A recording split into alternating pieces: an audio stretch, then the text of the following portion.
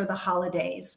So today I've got some inspiration for you, and that is a beautiful Brie cheese that has been topped with cranberry chutney and then wrapped in quick puff pastry. So the beauty of this live, not only the recipe for the quick puff pastry, and notice I keep saying quick puff pastry, not puff pastry, is that you're going to learn how to make essentially puff pastry really quickly.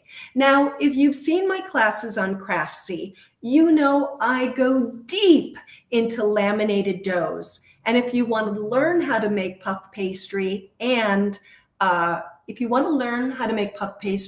that's in my class, French Pastry Shop Classics. And if you want to learn a real head spinner, inverted puff pastry, that's in, what is that class called? It is advanced flaky pastries. I know that the team behind the scenes will put those links in the chat so you guys can grab them. But today we're doing it quick and dirty, you guys. We're gonna make quick puff pastry. So, I'm always thrown by technical difficulties, so we're just gonna take a moment. It's good. I have magic of TV, so before we get going, I want to show you what this wrapped Brie looks like. I pulled this out of the oven about 20 minutes ago, well, maybe a little bit longer than that, and we're going to slice into it. I'm going to turn the camera. We're going to slice into it so you can see the finish before we begin. I have the finished quick puff pastry wrapped Brie, and then we're going to make the dough, and then I'm going to talk you through the cranberry chutney because we don't have all afternoon, and then I'm going to wrap one for you. So we're a little bit in flashback, but I am Hollywood adjacent here in LA, so we do flashback all the time. So let me cut into this, and I'll show you step by step when we're wrapping it, everything that I used. And, well, I'm not going to get ahead of myself. I wish you were here so you could have some of this. But look at that lovely Brie topped with cranberry chutney and then the pretty flaky layers. Now, there's one thing I want to point out about quick puff pastry and puff pastry. And you can use store-bought puff pastry. You don't have to go through making your own and at all, but we like to always offer that because this is Craftsy and that's what we do. So there's always going to be a tiny layer of, you'll see crisp pastry, and then there might be a layer because the fillings always have moisture in them. You might see a little line of moisture. That's normal. And that's something that we're not always told. And so I wanted to take the opportunity to pass that on to you guys. So this is the finished Brie, and it did sit, so it's not quite as oozy, but it's really delicious. And any leftovers can be reheated at 350 degrees. You wrap it in foil, and then you reheat it for about 5-7 minutes, and it is back to that fresh baked goodness. So that's our finish. We started with the end. Now we're going to go back to the beginning. I'm going to adjust my camera so my head's not caught off because that's not attractive. And I'm just going to wipe down my station here so we stay nice and tidy. Feel free to ask questions, and we're getting into bakers. We're getting into our time to shine. The holidays will soon be upon us. All right. And what I'm hoping with this demo is we can also talk about some of the principles I'm going to teach you today will also help you when you are making pie dough in the next coming weeks for your Thanksgiving pies. So for our quick puff pastry, we have just a couple ingredients. It's really pretty simple. I'm using all-purpose flour, and the brand that works really well for puff pastry, quick puff pastry, croissants in North America is King Arthur all-purpose. It has a high enough protein content that we get good structure. And then also, for any of your doughs, always check the bag of all-purpose flour and make sure that it says unbleached, because that's really important. Bleached flour is fine for cookies, cakes, and muffins, but for anything that we're going to roll out, we want unbleached because the bleaching process tightens up the gluten strands. All right.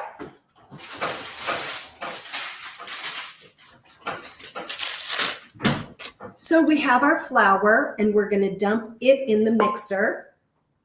And we have a little bit of salt, because if we didn't have that salt, our pastry would taste bland. It would be like, it wouldn't be very nice. And then, because I have my mise en place all set, we have the butter is cubed up and chilled. And when you're making a dough like this, or biscuits, or your pie dough, you really want the fat to be cold. And that goes true for shortening as well. You want to actually freeze your shortening, because it tends to break down more quickly in a mixer or a food processor, or under your hot little hands. If you're mixing in the fat and flour by hand, totally fine to do that. Shortening breaks down more quickly. Now I'm using the mixer, but you could use a food processor, or you could do this with a pastry blender or a bowl scraper. What we have to do is just mix in the flour and the fat.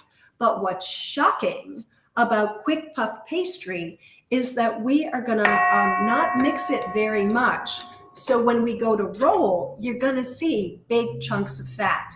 But we want that because that makes our layers. Because if we were making puff pastry, we would have dough and we would have a layer of butter, and we would be folding those two together.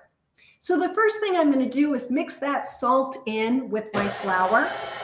No need to sift. For once we get a break from sifting, no need to sift at all. Not for this. There are times when you do need to sift, but this is not one of them.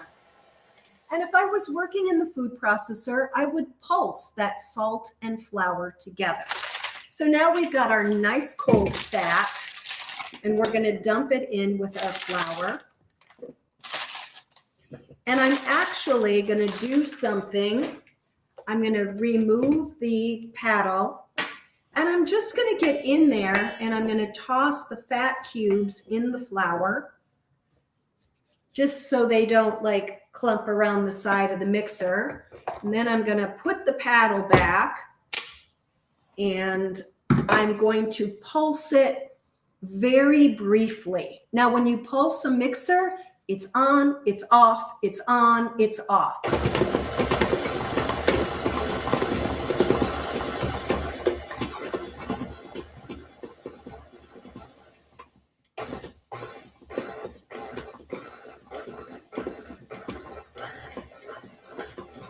Okay, so now you're thinking, how big, because we can't see inside your mixer, Chef Colette, how big?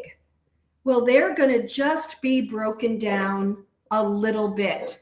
You can see we've got some good sized chunks. And this is pretty much the key to flaky pastry, is not breaking down the fat too much. All right, maybe I'll go a little bit more. And again, food processor, pulse, pulse, pulse, pulse.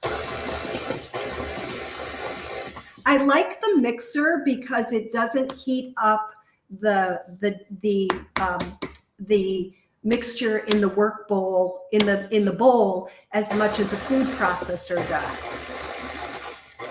Okay, we're done. We're going to get this mixer. Well, we're done with this. So the quick view again. They're like just kind of worn down a little bit. Now what we're going to do is we're going to add our water, and we're going to add a little bit of vinegar. You can also use lemon juice. The recipe says vinegar or lemon juice. So you can use any kind of vinegar like white or apple cider. I would stay away from flavored vinegars though, but in a pinch, who's going to know? It's totally fine. Now, I bet you're asking, why vinegar? Well, vinegar is an acid, lemon juice is an acid, and as we are developing our dough and actually activating gluten, what's going to happen is the acid is going to shorten the gluten strands. And I see I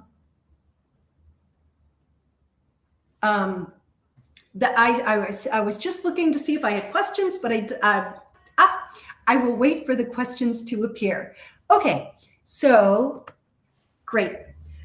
So I added my vinegar to the water, and you could also add the salt to the water if you felt like it, and you just have to stir it a little bit more. I actually think that's what I said in the recipe, but I think with all the tumult of my technical difficulties, I sort of switched those steps, but it doesn't really matter.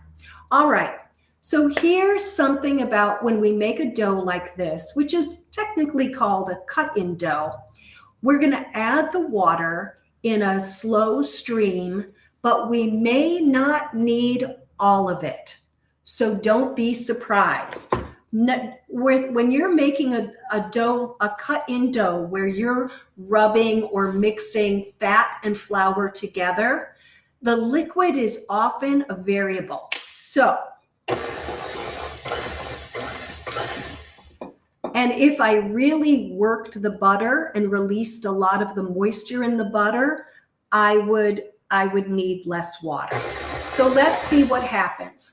I'm going to add water until it becomes a cohesive mass, and then I'm going to stop.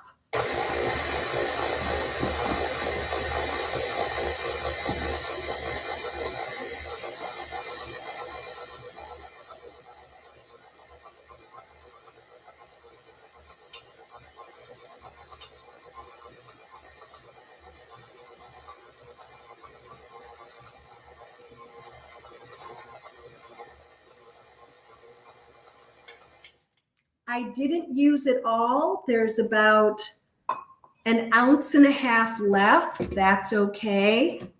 So just know that the water is a variable.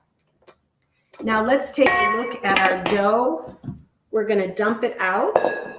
That was like a big mess, but that's okay. It's fun.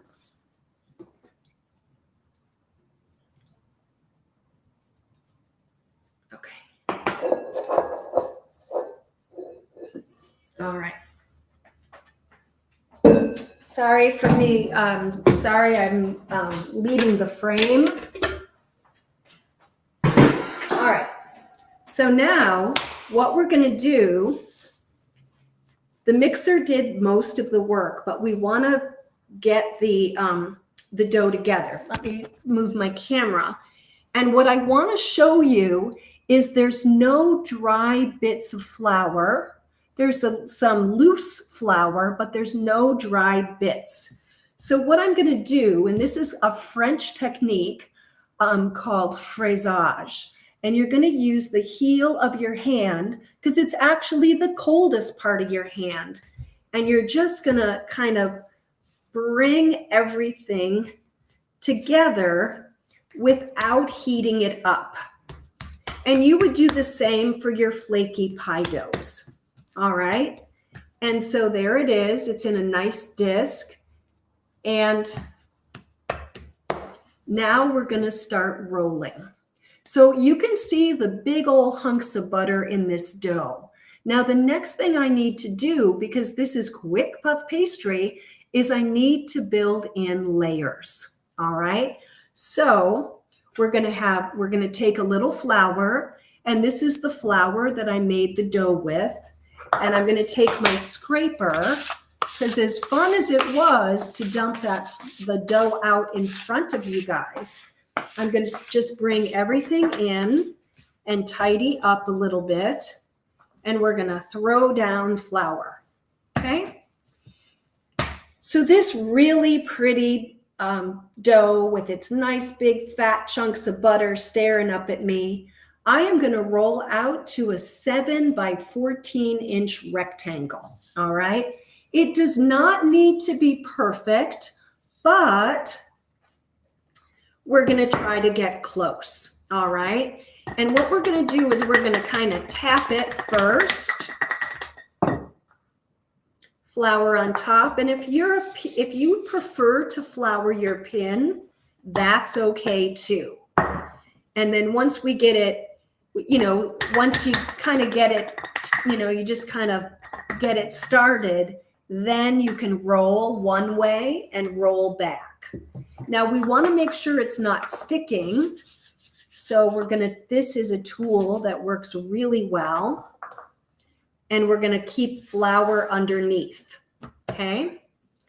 And also, if you have one of these, you can get under your dough with your offset spatula that you use for decorating your cakes. I don't know if the chat is open, but I'd love to hear about your plans for holiday baking. And if you've been coming to the sessions all week, which ones were your favorites so far? Well, I guess it's just been one day, but all right. So we can see it looks a little rough. So what I'm going to do is I'm going to come in with the side of the bowl scraper, and I'm just going to straighten out the dough. I'm going to square off the corners and straighten the edges. I'm going to make sure it's not sticking. And then I'm going to roll again. And it's a good idea to have a ruler nearby or a tape measure, 14 by 7. Okay, great.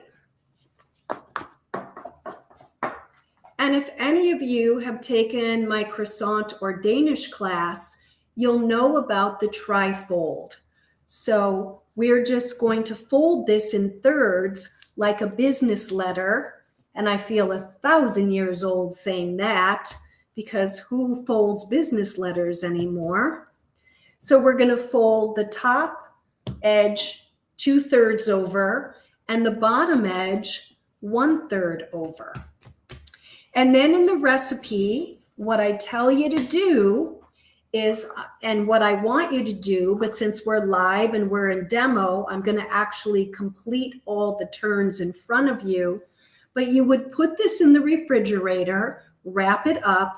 I would recommend putting it on a little tray or maybe even a dinner plate, put a piece of plastic wrap over it, and put it in the refrigerator for 15 to 20 minutes, just so the gluten, because that's what we've activated in mixing the dough and then rolling it out, is tight.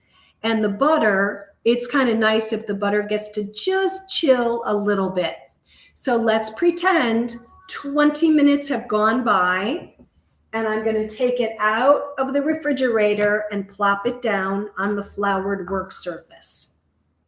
If you're in a pinch, you can do exactly what I just did and what I am going to do, which is 1, 2, 3 folds, but the layers will be more defined if you give it that rest. But let's go. And the great thing about kind of showing you this is that you're going to see this dough transform from kind of that rough dough into something that's really quite sophisticated and pretty. Okay. Again, always 7 by 14 and always a little bit of flour. And again, you can flour your pin or you can flour the dough. If you have an excess of flour, you want to brush away the excess. Okay. And then always top the top edge 2/3 over, bottom edge 1/3 up. Give it a quarter turn, just like that. You guys, I'm out of flour. Hold on.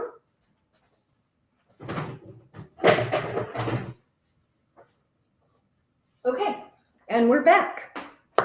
I misjudged that. And then we're gonna throw down flour, more flour. And you can see that every time I go to re-roll, I give it a quarter turn. And that's part of the process as well. If you want to build layers into your pie dough, you can use this technique of giving it a couple of turns.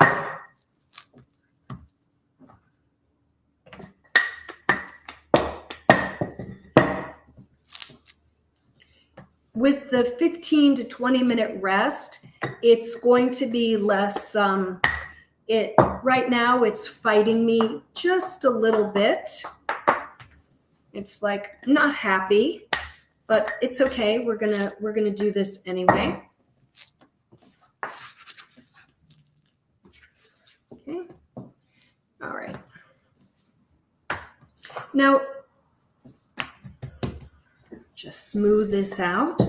So you can see by doing this really fast, my butter's beginning to melt. So I'm going to lose some layers, but we're time challenged. So it's just kind of how it is. Top edge, 2/3 over, bottom edge, 1/3.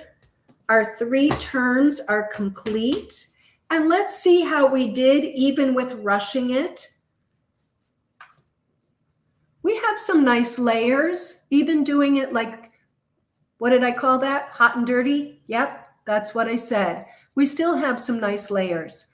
I'll wrap this up, put it in the refrigerator, and I just want to show you the difference though, side by side.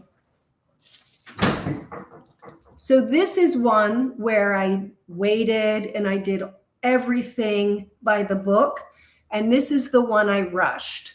So you could see the difference. I don't advise rushing it, but I wanted you guys to see the dough change and how it does get a little bit more elegant and sophisticated from that rough mass that we started out with. All right, so let me just move this over here.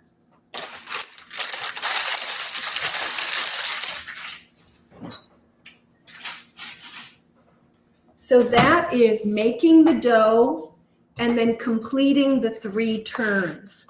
Now, oftentimes, and I'm hearing this question, I'm sure I've got some folks in the class or on the live who make regular puff pastry, or maybe you made it in culinary school and you use something called a book fold, where the dough was folded pretty much the way a book is put together. And that's great for regular puff pastry, but I tested it a myriad of ways over the years, and I found that the tri-fold, 3 tri-folds, gives really good results. All right, so let me just wipe this down, and we'll go on to shaping our cranberry topped brie. Puff pastry, quick puff pastry appetizer. Oh, I have puff pastry on the brain. So for years I worked, well, not for years, but for a couple years I worked as a banquet chef because I'm culinary and pastry trained. So I often, when I was a chef out in the world, I would sometimes have culinary jobs and sometimes I would have baking jobs. It was when I started teaching at Le Cordon Bleu that I really focused full into baking. And then, of course, when I started with Craftsy in 2012, well, the rest is history. Okay, so let's recap. I showed you the finished quick puff pastry wrapped brie topped with cranberry. I showed you how to make the quick puff pastry. And the key takeaway from that is keep those butter layers big. Don't break them down too much. And your water is a variable. So you may or may not use all of it. And I would guess you're not going to use all of it. Now, that's something that sometimes throws us when we're baking at home, but just know for these cut-in doughs where we're cutting fat and flour together, the liquid is often, we don't need all of it, all right? And maybe you've mixed that pie dough where you added too much water and it was sticky and there was pretty much no saving it. You may have had that experience. So that's the concept of a variable. The next thing we're going to do is I'm going to teach you how to make 5-star egg wash. This is the most elegant egg wash on the planet. And then we're going to move on to assembling our Brie, cranberry, and quick puff pastry with our really pretty dough that I made last night. Okay, now, so what we're going to do is for the 5-star egg wash, we're going to crack an egg in a something tall. It can be a Pyrex measure. I just happen to have this bowl and I have an egg right here because we're on it. All right. No milk, no cream, no water. Not for this egg wash. What you're going to add is a pinch of salt. If you've watched my class, Classic Croissants, Modern Techniques, I teach this egg wash there. You're going to add a pinch of salt, and if you're one of those precise people, and that is a good thing to be, it's going to be a scant eighth of a teaspoon. Oh my God. And then what we're going to do is we're going to take a whisk and we're going to whisk this until it is beautifully smooth.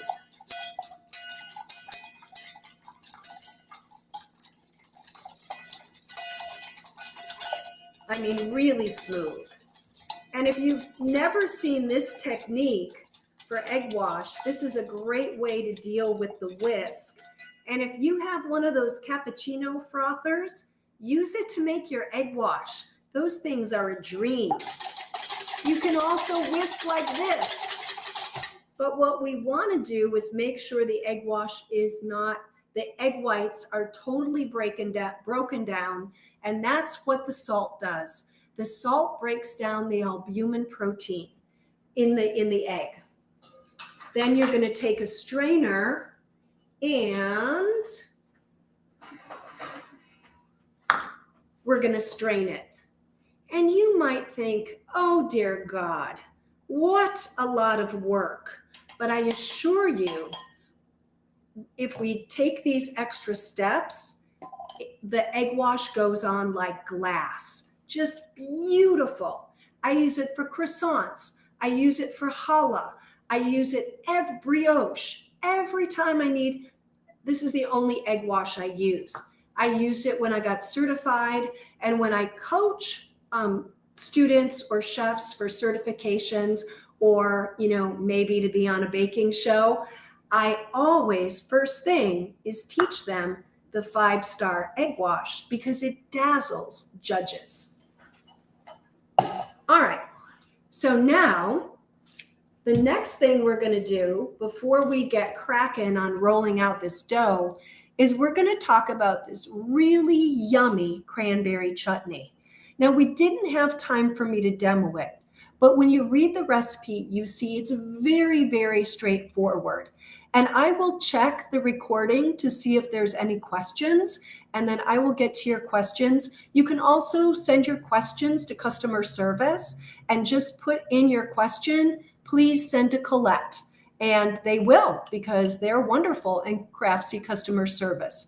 So basically, all the ingredients go into the pot and you cook it until the apples are no longer raw and it's nice and thick, about 20 minutes. And you have to stay with it and stir because it will scorch on the bottom. but it's great. And if you are like bored with your cranberry relish, make this to serve with your Thanksgiving turkey. And if you're a canner, you can can it and just follow the canning directions for whatever sea level you're at. All right. Okay, let's go. So that's the cranberry chutney. Now we're going to take our dough. Oh, and by the way, you can get ahead with this, and you can make this up to 2 weeks in advance and freeze it, which is great. And you can do that with any dough. I used to say a month, but now I don't know, I'm beginning to feel 2 weeks is better. Because sometimes if we have stuff in the freezer too long, we forget it's in there, unless you're super organized and you have a list on the fridge, which I highly recommend. All right, so I'm going to roll this out into a circle, but right now it's a square. However, because I want extra dough for cutouts, I'm going to not worry about it too much. However, if you have a block of dough, and this happens in professional kitchens all the time, because when we make dough, we press it into pans like we would press it into the large version of this pan, and then we take one of these and we cut it out into a square like this. So we're always dealing with squares.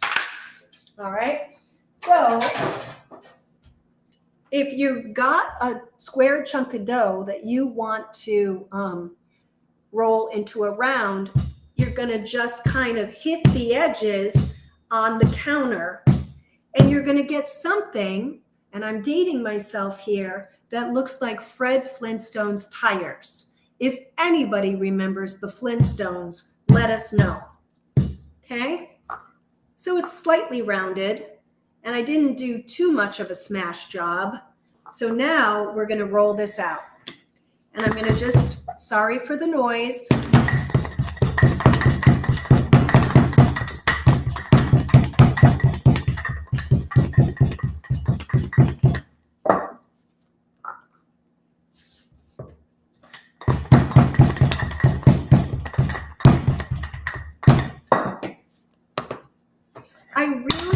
Now I have come under fire for tapping dough.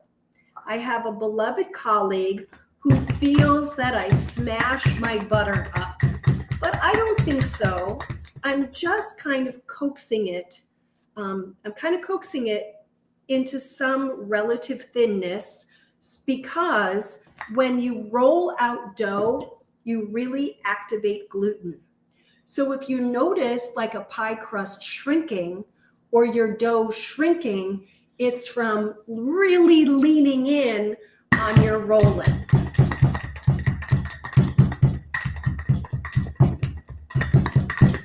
And especially something like this.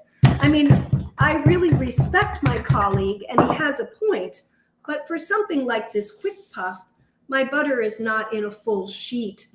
And, so it's okay. All right, now we're going to roll edge to edge, quarter turn. Edge to edge, quarter turn. You really want to stay focused when you're rolling out your dough and keep turning it. You notice I'm not sticking because I'm turning the dough. And I really believe that we all have our favorite rolling pin, but for me, a two-handled rolling pin gives me the best leverage to really get my dough rolled out nicely. Nice and even. If it gets too square, you can go on a diagonal. I'm going for a 9 or 10 inch round. And we're going for 1/8 of an inch thick.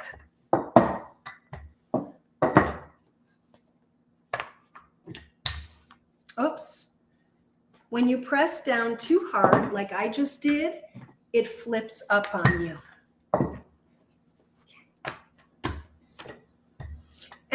to decorate your brie, you can if you have any of those fun fall cutters or your favorite cookie cutters, if you're very artistic and you just want to cut out shapes, and you can do, I have fall cutters since it's Thanksgiving, but you are the chef and artist in your kitchen. Never forget that. So you can do whatever you like. All right. So I want to show you up close and personal. You see this thickness? This is 1/8 of an inch. Now, if you're like dough thickness, I'm never sure about that. You can use a ruler and you can just go like this and you can be like, yeah, okay, that looks good, to check. All right. So now I actually have a cake cardboard here, and I can use it. You could use a plate to trim. And then this is my scrap for my cutouts. And this needs to go in the freezer to chill a little bit, like a couple minutes. I have some already chilling. It's actually frozen, but we're gonna pull that out. You'll get prettier cutouts if your scrap is really cold. If you did what I did and left it in there too long, it's okay. Just let it sit out and it'll soften quickly. Okay. So now we've rolled out our circle, and it doesn't need to be perfect, and you can wrap wedges of brie. Sometimes the little round bries aren't available, but a beautiful triangle of brie, that works really, really well. Okay? All right. And often what I'll recommend is you can freeze the brie for 20 minutes, and that really helps it not ooze out during baking. Sometimes it will ooze out a little bit. But so that's the fix on that.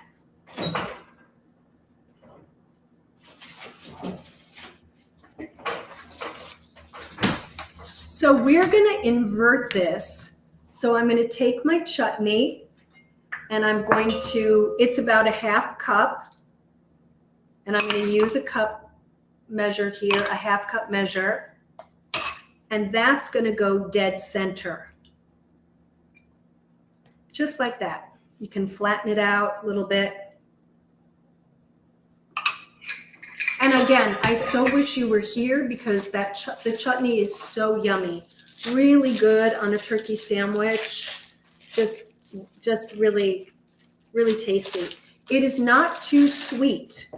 I think I'm kind of known for my stuff not being too sweet, my desserts, my work in general, and I didn't let you guys down. If you're tasting it as you're making it and you're like, I want it sweeter, add brown sugar to taste. All right, so now what I'm going to do is I'm going to just take the edges and I'm going to bring the dough up around the brie.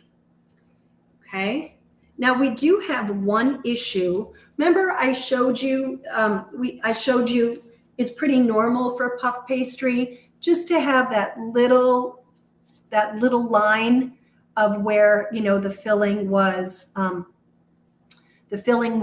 has moisture in it. So it's fully baked, but we'll get that little line there.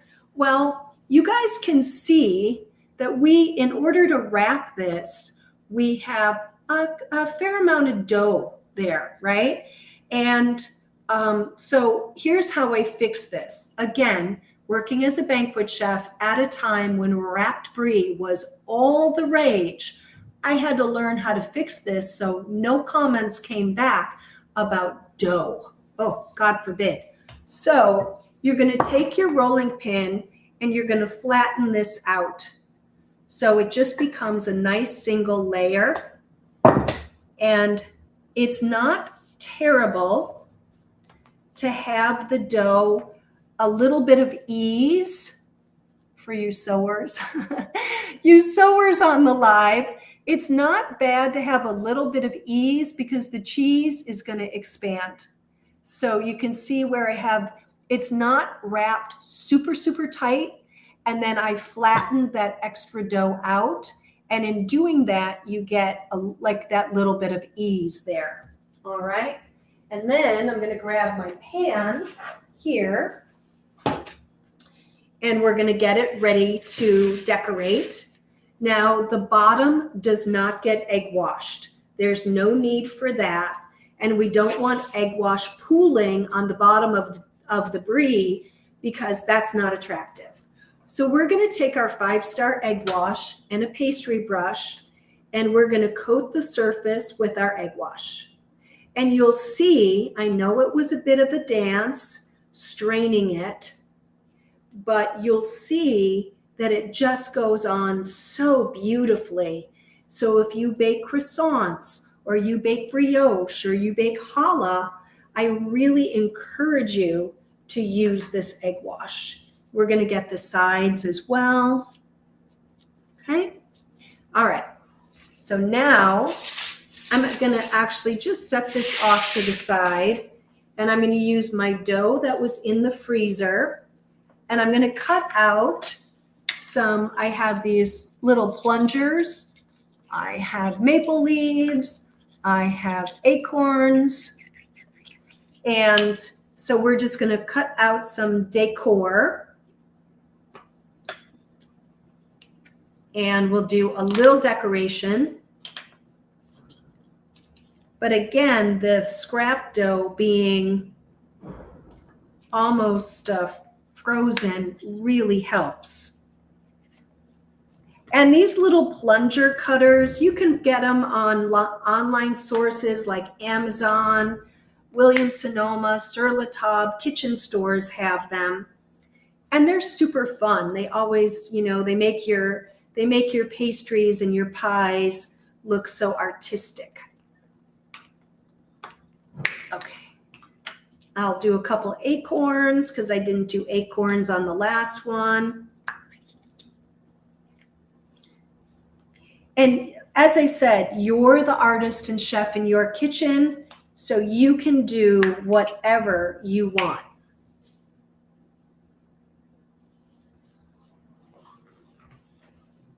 And I'd love to see your beautiful work. I really, really would. My Instagram is Chef Colette in LA, and you can send me your pictures. Love to see. All right. So now I'm going to just do a little bit of decor action here. There we go. Very stuck on this fall theme. All right. And then I'm going to egg wash my decor. Now you could do this. You could do this ahead. Let's say you were serving this for Thanksgiving. You could do this Wednesday night, and I wouldn't egg wash the decor, and I would just probably egg wash wherever you were going to decorate, and then wrap it, put it in the fridge, and finish egg washing and baking the next day. It really benefits from chilling. Again, just kind of before we throw that cheese into a 425-degree oven, and we're going to talk about that in a second. It's really good if the cheese is cold.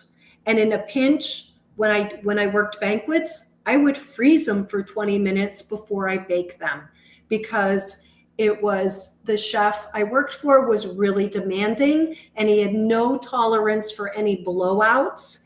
And you guys know, we laminated this dough. We folded in layers that create steam. So, you know, sometimes it's like a mini explosion in the oven. So that was my way to save getting yelled at, was to freeze them. Okay? All right.